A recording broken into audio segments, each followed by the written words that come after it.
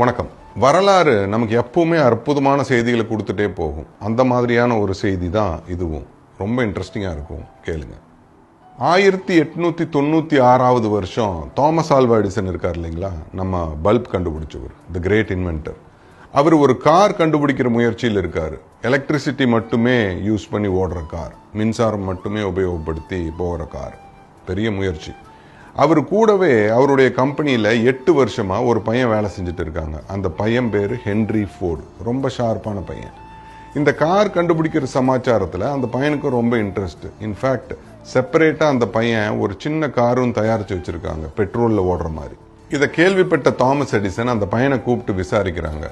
ரொம்ப அருமையான ஐடியா இது, நீங்கள் ஒரு அற்புதமான முயற்சியில் இருக்கீங்க, என்ன ஆனாலும் உங்கள் முயற்சியை கைவிட்டுறாதீங்க, நானும் அதே மாதிரி தான் ட்ரை பண்ணிட்டு இருக்கேன், என்ன வேணும்னாலும் சொல்லுங்க, நான் ஹெல்ப் பண்றேன்னு சொல்லி வாழ்த்தினாரு.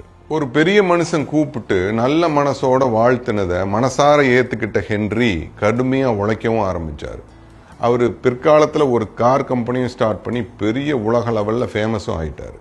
அந்த கம்பெனி தான் உலகம் பூரா இருக்கிற ஃபோர்டு. உலக லெவல்ல ஃபேமஸ் ஆகி மிகப்பெரிய செல்வந்தராகவும் ஆயிட்டாரு. 12 வருஷம் விட்டு 1914 வருஷம் தாமஸ் ஆல்வா எடிசனுடைய ஃபேக்டரியில பெரிய தீ விபத்து ஏற்பட்டுருச்சு. மொத்தமா எரிஞ்சு போச்சு, மிகப்பெரிய தீ விபத்து. அப்போ தாமஸ் ஆல்வா